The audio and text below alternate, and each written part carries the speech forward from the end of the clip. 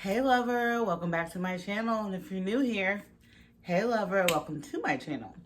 Today's video is a different kind of video. It is a get to know me / Q&A session. Yay! So I've been on YouTube now since January 23rd, and I realized I still haven't really introduced myself to you guys.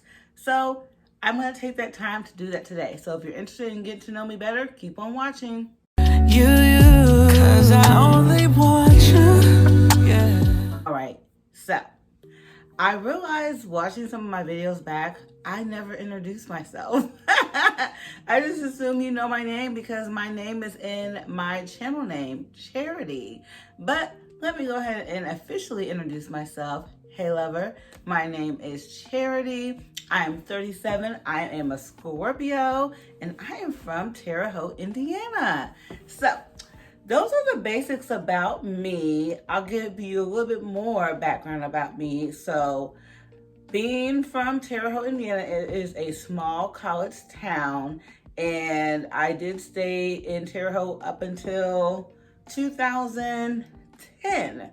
So I did all my schooling up until even my very first bachelor's degree. I did all that while living in Terre Haute, Indiana. I stayed in Terre Haute until 2010, and then 2010 I moved to where I currently live, which is Indianapolis, Indiana, which is about an hour away from Terre Haute, so not too far, but not too close either. And I did continue to go to school once I got to Indianapolis, so I ended up being completely done with college in 2014, I think. 14, actually, I probably need to check my degrees and see which year I actually finished college. But y'all, why was I in college for 10 years? You would think I would be a medical doctor or something. I really wish I would have became like a dentist or something. I could be making so much more money. But I do have 3 college degrees, 2 bachelor's degrees, and a master's degree. My first bachelor's is in psychology. My second one is in criminology and criminal justice. They're both bachelor's of science. So if you're not sure of the difference between a bachelor's of science and a bachelor's of arts, bachelor's of science is more invested in data and clinical research, whereas a bachelor's of arts is a little bit more surface level. So if you want to get deeper into things and you're really into like human behavior and how the brain works and ticks, I recommend doing a bachelor's of science in those categories. Then I ended up getting a master's degree in higher education. Now, how I ended up that way, I'm gonna tell you. So what happened was, when I was in high school, there were 2 groups of popularity. Either 1, you were popular because you were in sports, or 2, you were popular because you were pretty and smart. You can guess which group I fell into by looking at me. I hung out with the people who cared about their grades and who cared about looking cute. I did not do sports. Sports was not my thing. Back then, I used to perm my hair with the creamy crack, so the kid was not sweating her hair out. So I stuck to reading, being in the educational groups, being in the groups that were going on college campus tours. That's the lane that I rode in. So that was me in high school. So then I have an older brother. Well, I have 2 older brothers and an older sister. My oldest brother and my older sister are twins, and I grew up in the household with them most of the time. We're about 4 years apart. They ended up going to Indiana State University up the street from our house. I was like, well, since they went there, I might as well go there too, because I did join a program here in Indiana. It's called the 21st Century Scholars Program. It is for Indiana youth who have, I don't know if it's 1 parent or 2 parent. I think it has to be at least 1 parent. No, or maybe it has to be 2 parents.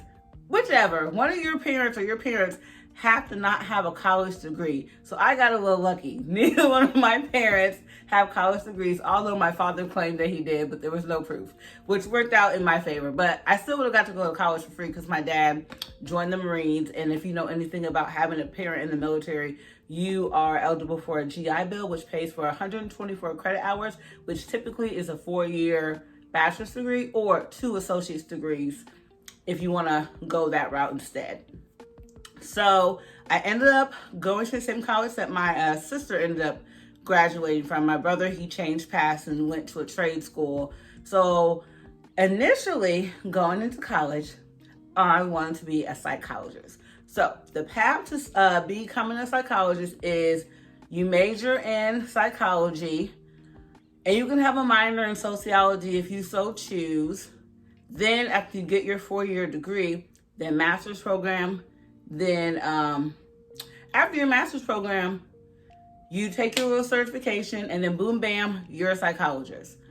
Then if you want to be doctor, whoever, then you take the next step and you get your PhD and whatnot and what have you. That was the trajectory that the kid was on. So while I'm in college, I forgot to mention, I also joined the military when I was 18. I joined the Army Reserve. So when the kid was in college, she was getting paid. I was getting paid 3 times, y'all, to go to college. So the fact that I have student loans should be a crime. I was getting paid from the Army to go to college. My college was paid for by 21st Century Scholar. And then for whatever reason, the kid decided she needed student loans. That's why I'm in debt. I wish I could go back and change the era of my ways. My mom did try to tell me, she's like, you don't need loans because, like, you're not even paying for college. And Indiana State back in 2004 is when I started. I was there from 2004 to 2010. It was $3,400. Well, by the time I graduated, it was $3,400 per semester. So about $7,000 a year, which is quite affordable for a bachelor's degree. And Indiana State, in my opinion, is a very good school. They have a very, very, very good programs. So the trajectory for me was psychology. So for whatever reason, I declared a major as social work. I think what happened was I decided that I didn't want to take the step of getting a master's degree because I found out that there's this thing called the GRE, which is a test that you have to take to even get into grad school.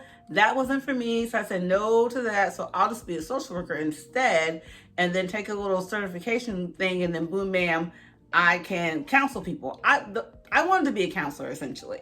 So I declared a major as social work. The social work program at Indiana State at the time was extremely small. So small, they had 3 professors, 2 who were PhDs, and then 1 master level professor. So one of the individuals who was a PhD professor was not very fond of me. So I was in my 3rd year of the program. So I had 1 more year to go. And in your 3rd year, you have to take a internship course. And the course is only offered every spring. So what happened was, when you're in this course, the professor asks you, is there certain populations that you prefer not to work with? And at the time, I did have a job, and I was working with individuals in the population of mental disabilities and physical disabilities. So that was the population that I said that I did not want to work with because I'm already familiar with them and I already know what's going on there. I'd rather work with the population. I think I wanted to work with drug users or something because I had took a psychology course about the effects of drugs on the brain, and I was very fascinated by it. So I wanted to work at the methadone clinic with the social worker there. That's where I wanted to go. Guess where she put me off? In a facility with individuals with physical and mental disabilities. Ma'am, I'm already familiar with this population. I'm not going to learn anything because this is what I get paid to do. Like, I work with these individuals Monday through Friday from 4 to 9. I'm not learning anything. So I suck it up and do it because I need the credits. Like, I need this course. So the woman who is in charge of me, supposed to be supervising me, the licensed clinical social worker, which is what I wanted to be, didn't even work at the facility that I was interning at. She worked at a whole nother facility. So how she's supervising me, I'm not quite sure. So like a month into me interning, the woman who is supervising me has a conversation with my professor and tells my professor that she does not feel that I'm having a good time or learning anything by being at that facility. I told my professor that before I even went there, that I'm not going to learn anything because I already know what I'm doing. So, needless to say, they talk. My professor has a meeting with me, and she tells me that I need to decide if I'm going to stay at that facility or leave the program and try again next semester. I did not want to take the risk of what happened to me happening again. So I let her know right then and there when she gave me the option, I'm just gonna stay at this place and thug it out.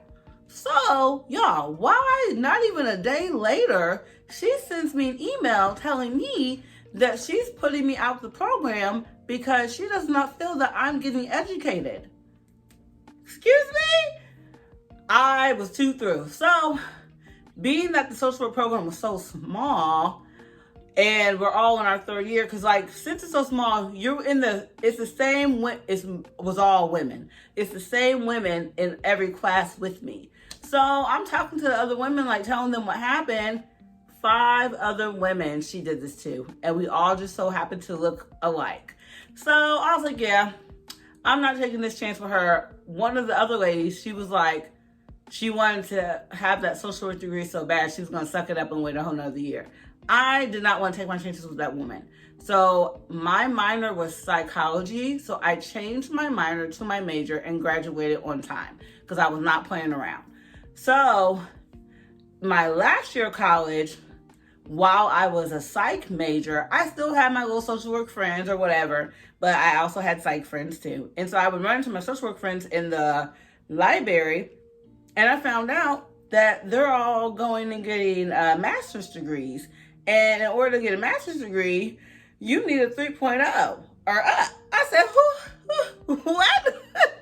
I told you guys before, I had wiped out the idea of getting a master's because of that GRE.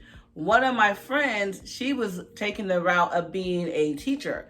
And when you're doing the teacher, you teach, and then, you get your degree to teach, and then you have to get some certification, and she wanted to get her master's, and blah, blah, blah. That's where I heard about the GRE. So I just assumed every college and university, you need to take the GRE to get in. They told me, no, that's not true, that there's other programs that you don't need to take the GRE to get accepted. So then I was like, okay, I'm getting my master's in psychology, and master's in social work. I'm getting my master's in social work, and I'm going to be a licensed clinical social worker. Boom, bam. My marriage counselor dreams were coming true. So my marriage counselor dreams bubble was busted, y'all, when I found out that you need a 3.0 to get in. So I was going to go to the same college that I was already at. You need a 3.0 to get into that program, 3.0 and up. Guess what the kid had? Guess. I'll give you a minute. Put it in the comments what GPA y'all think I had. I will preface, I studied every weekend. I did not miss class. I wrote amazing papers. Writing is one of my gifts and talents. Have your guess in the comments? I had a 2.8. So I was only 0.2% off of a 3.0. So needless to say, I still applied. Because my mom was like, go ahead and apply. Worst they can say is no. And that's what happened. He told me no. Dreams crushed. So I was like, okay, I need a workaround. How can I get in this program? So one thing about me is I'm a problem solver. I'll cry for about an hour, but then once I'm done crying, I have figured it out. I know what I'm going to do. And now I'm pivoting. I'm the queen of pivot. So I was like, okay, if I need a 3.0 bachelor's degree to get into the master's program, I'll just get another bachelor's degree. No problem. So if you didn't know, when you get a bachelor's degree, it takes you 4 years because your first 2 years is just general education. So it's the math, the science, the English. That next 2 years is the core of whatever you're majoring in. So getting a second bachelor's degree is going to take you half the time because you already have the gen ed stuff out the way. You're just going to be doing the core of whatever the program is. So my sister had studied criminology and criminal justice. So I was like, okay, well, that sounds fun. And actually, 2 of my cousins did the same thing. So I was like, oh, that sounds fun. I'll do that too. Y'all, when I tell y'all I fell in love with criminology and like the criminal justice system and how it works, and just, I was loving it. I was like, you know what? I'm gonna teach criminology and criminal justice and sociology, because with the criminology thing, it also has some sociology classes involved in that. And like I already mentioned, I'm really into psychology. I'm really into human behavior and how the brain ticks and works. I was like, OMG, I'm gonna teach this. I'm the amazing teacher. So in order to be a professor, I want to be a professor, an adjunct professor. In order to profess these thoughts of mine that I had, I need that master's degree.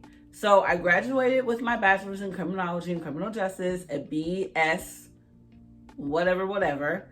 I then started to look for master's programs for criminology, because did I want to teach it then? I can't remember if I wanted to teach it then, or if when I went to my meeting to get into the master's program, my counselor convinced me to teach. If that's probably what happened. She probably convinced me. No, I did already have the thought. I think yes, that's what it was. I already had the thought to be a professor, because I had got the idea from my high school history teacher, because he had his master's degree and he said that was his retirement plan. After he retired from teaching, he was going to be an online college professor. I was like, ooh, I can do that when I'm 55, 60. So when I went to my consultation to get into the informational about the program, I was telling her I wanted a master's degree in criminology because XYZ. So then she was like, oh, well, you should go the path of Masters of Education so you can profess. I was like, oh. She said, you can teach anything that you have a bachelor's degree in. I was like, oh, well, that means I can teach psychology as well. So that is how the kid ended up with a master's of higher education with a concentration of college teaching and learning. So yes, I have 3 degrees, 10 years in college, and I'm never going back. I wish I would go back, because I really still want to be a therapist. Like when I see those BetterHelp commercials, it just makes me wish that I was out here therapizing people. And in my current job, I work with a lot of therapists. So now we're past college. Now we're a part of working society. So I know I've talked about my job before, but I don't think I've ever clearly stated what it is that I do. So I do work in the social services field, and I do work kind of as a social worker. So I work with families and children. And in that field, I also work with therapists. We are all on a team together. And whenever I see the therapist and I hear them talk so eloquently about the brain and behavior and therapy and all the therapy terms and DSM-5, I just I want to, I want to be a therapist, but I just can't get myself to go back, y'all. 10 years. I even went to summer school during those 10 years. There was not one summer from 2004 to 2014 that I did not go to summer school. That's when it was I graduated my master's program, because I got into college in 2004. Like I mentioned, I went to the Army, so I did miss 2 years because I ended up doing a tour overseas. Let me know if you want a story time about the kid in the Army that came back in 2007, graduated. I graduated with my first degree in 3 years. Then went back, got my second degree in 2 years. Then got my master's, and it was a 15-month program. And now I've been working in the social services field technically since 2006. So I have multiple years of experience in the human services and social services field. I really enjoy it. I'm never going to leave it. My current job, I told my bosses, even after I hit the lottery and become a millionaire, I'm never quitting, because it's just, I really enjoy them, and I really enjoy the type of work that I do. So I'm never going to leave. So that is my educational and work background. So let's talk more about why I started a YouTube channel. So If you're new to me and my channel, I started this channel with the intention of it being a lifestyle vlog and fashion channel. And I chose that path because I do have an online clothing boutique called Bronze Doll. I love her. We're going to be together forever. I started Bronze Doll in officially May of 2020. But I started officially selling things July 14th of 2020. So this coming July, Bronze Doll will be 3 years old. So I started this YouTube channel with the intention of it being another outlet for my business and also another outlet for myself and giving myself another hobby. I'm a big hobbies girl. I love hobbies. I have multiple hobbies. I actually think that individuals who don't have hobbies, they're probably jealous of people who have hobbies. So some of my hobbies include working out. I've shared with you guys me working out in one of my vlogs. I love to work out. I travel. I have a travel vlog on here. Let me know if I should do more travel vlogs. My sister and I, my mother and I, we love to travel. My last vlog was really my first. Let's see, I started YouTube in January and I traveled in February. So that was my first travel of the year. Have I gone anywhere since? No, I haven't gone anywhere since then. I was supposed to go somewhere, but I ain't gone nowhere. So next time I go somewhere, I'll definitely will vlog that and hopefully you enjoy it. So let's see. Yeah, I love to travel, work out. I love reading. My favorite type of books to read, which I've shared this on a vlog before, are urban eroticas. My favorite author is Carl Weber. I recommend every single one of his books except for the one called Judge or Justice or whatever it is. It's about a young man whose dad's a judge, and while it's boring. But all the other ones, especially his ones from the early 2000s, married men, single ladies, something, they're all fabulous. And another thing that I really appreciate about Carl Weber is he's expanded my vocabulary. I got really lucky with my parents. My parents were both very into education, English, expanding our knowledge with words. My dad, it was really big to him because he struggled with reading and writing. So like for him, he wanted to ensure that we knew how to read and write. Like I was reading and writing when I was like 4 and 5. My dad was very big on that. I had the cute little whiteboard. I used to do my ABCs. I'm an 80s baby and a 90s kid. So back then there was a thing called Hooked on Phonics. So every morning and every day after school, I would listen to my Hooked on Phonics tape. I can still to this day say the alphabet backwards, which I'm very proud of. And then after I would do my ABCs and my conjunction, junction, what's your function videos, I would have to write something, but I got paid to write. I got paid like $1 per page. So the more I wrote, the more dollars I had. And that's when you could buy a lot of stuff with $1. So $1 was a lot of money back then. So yeah, so reading I love to do. And what else is I have another hobby. YouTube is my newest hobby. My business technically is not a hobby, it is a business, but it is something that I enjoy doing. I enjoy learning new things to improve my business. So those are like my top hobbies that I do throughout the month. Socializing, I also do. I've shared with you guys me getting ready to socialize with my friends, shaking our things up in the bar. Let's see. So those are about my top hobbies right now.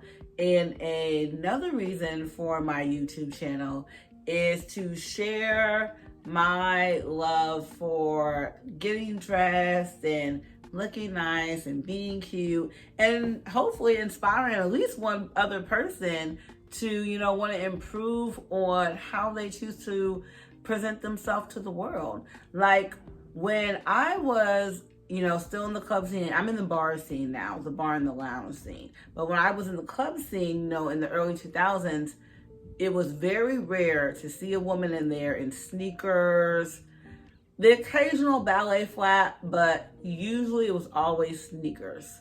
No, excuse me. It was always heels. Heels or wedges. If you couldn't wear a heel, you were permitted to wear a wedge. Now, y'all, when I go out, it's very rare to see women in heels. They got sneakers on. They got the Yeezy Boost on. They got the slides on. I'm shocked. I'm flabbergasted. I'm like, this is the club, honey, not a picnic. Like, what are you wearing? So my hope is that a woman who is, traveling through her fashion journey of life stumbles upon my channel. It's like, hey, I connect and relate with her. Oh, and I also like the way she dresses. We can be internet besties. You can be bestie next side to my other bestie, so we can be a trio. And just like step up our fashion game, I really enjoy getting dressed. I enjoy the process of putting on my makeup. I enjoy the process of putting on my pelucas, my wigs. I enjoy the process of getting dressed. I love it all. I get all cutified and everything for me because this is how I like to present myself. And I truly do feel more productive. There's a study. I'm going to find the study. If I find it, I'm going to put it in the description box so y'all can read it. There is a study. Oh, another thing. I'm very big on data, empirical data and stats and things like that to back up my thought process. There is a study about getting yourself prepared for the day, like taking a shower, putting on a decent outfit, clean clothes, brushing your hair, good hygiene, like some type of a beauty maintenance routine is proven to increase and improve your productivity. I'm gonna find that article. It was a really good article that I read on Psychology Now. I'm gonna see if I can find it and I'll put it in the description box. But I digress on that topic. So anyways, my hope is that I can, find women like me because I'm a girl's girl.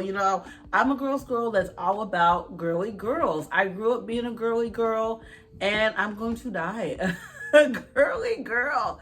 So hopefully my channel finds other girly girls and we can do girly girl things together. So hopefully I find that community of girls, and in an effort to find that community, I have a new series that I'm starting. Let me know what you think about the title of my series. I want to call it, You're Not Ugly, You Just Don't Know How to Dress. I personally think that title is a banger. Like, it should resonate, because you ever be, even like right now, when I woke up this morning, of course, I did not look like this. I didn't feel ugly, but I knew my potential. I know, give me an hour, pow, I can produce this. So you're not ugly, you just don't know how to dress. So occasionally you're, thinking sweatpants and whatever is fine, or you don't know sometimes how to dress your body. So in my series, my goal is to connect with women who are in that transitional part of life where they're wanting to step up their lifestyle in terms of how they're presenting themselves to the world. So enter series, You're Not Ugly, You Just Can't Dress, boo. So let me know what y'all think of my series title. It's gonna be like a 5-part series. My current part 1 is we're gonna be talking about the motivation behind wanting to improve your fashion, what it's gonna do for you, how to make it easy. One episode's we're gonna shop together. I'm gonna show y'all how I shop, because in my outfit videos, I mentioned a lot of times, I'm simple but basic. I don't know if you ever noticed, I don't do a lot of jewelry. I just got back into doing earrings. But rings, bracelets, I'll occasionally do the necklace, but 9 times out of 10, I don't have really any jewelry on. And it does the job. People always think I look so expensive. I'm gonna show the ladies how to look expensive in $10 outfits. Or for example, Bronzestall has nothing over $50. So I can show women how to look expensive for in a $50 outfit. Like, it's really all about fit and fabric. If you're wearing the wrong fabric for your body, it's not gonna work for you, boo. You're gonna look bad. So in my series, the goal is to, lead you away from that and lead you down the path of giving your body what she needs. So we're gonna talk about that. Then I wanna teach y'all how to walk. So it pains my soul when I see some women walk. Like, I learned very young from, I'm trying to think who. So like I mentioned, I grew up during the 80s, 90s, early 2000s, during the era, the high rise of America's Next Top Model with Tyra Banks. She harped on having a signature walk. Your walk is one of the first things that people notice about you. So if you're walking like this or hunched over, I'm very big on posture as well. You got bad posture, your walk is terrible, you're not getting the job, boo. So we're gonna talk about how to walk, just some other things. So leave in the comments if you have any suggestions or anything you would like to see in my You're Not Ugly, You Just Can't Dress series, because I would love to hear about it and we can chat about it in the comments. So that is all that I have for you for today's video. I hope you enjoyed getting to know me. If you have any other follow-up questions for me, please put them in the comments. I'd love to chat. My comments get pretty dead. Occasionally, some of my boutique supporters will comment in the comment section, but I'd love to hear from my subbies, from you who actually watch my videos, to give me some comments so we can chit chat. Or to like this video, comment please, and if you're not subscribed, go ahead and subscribe for more outfit content for my new series coming your way, and vlogs. I love vlogging. So until then, bye.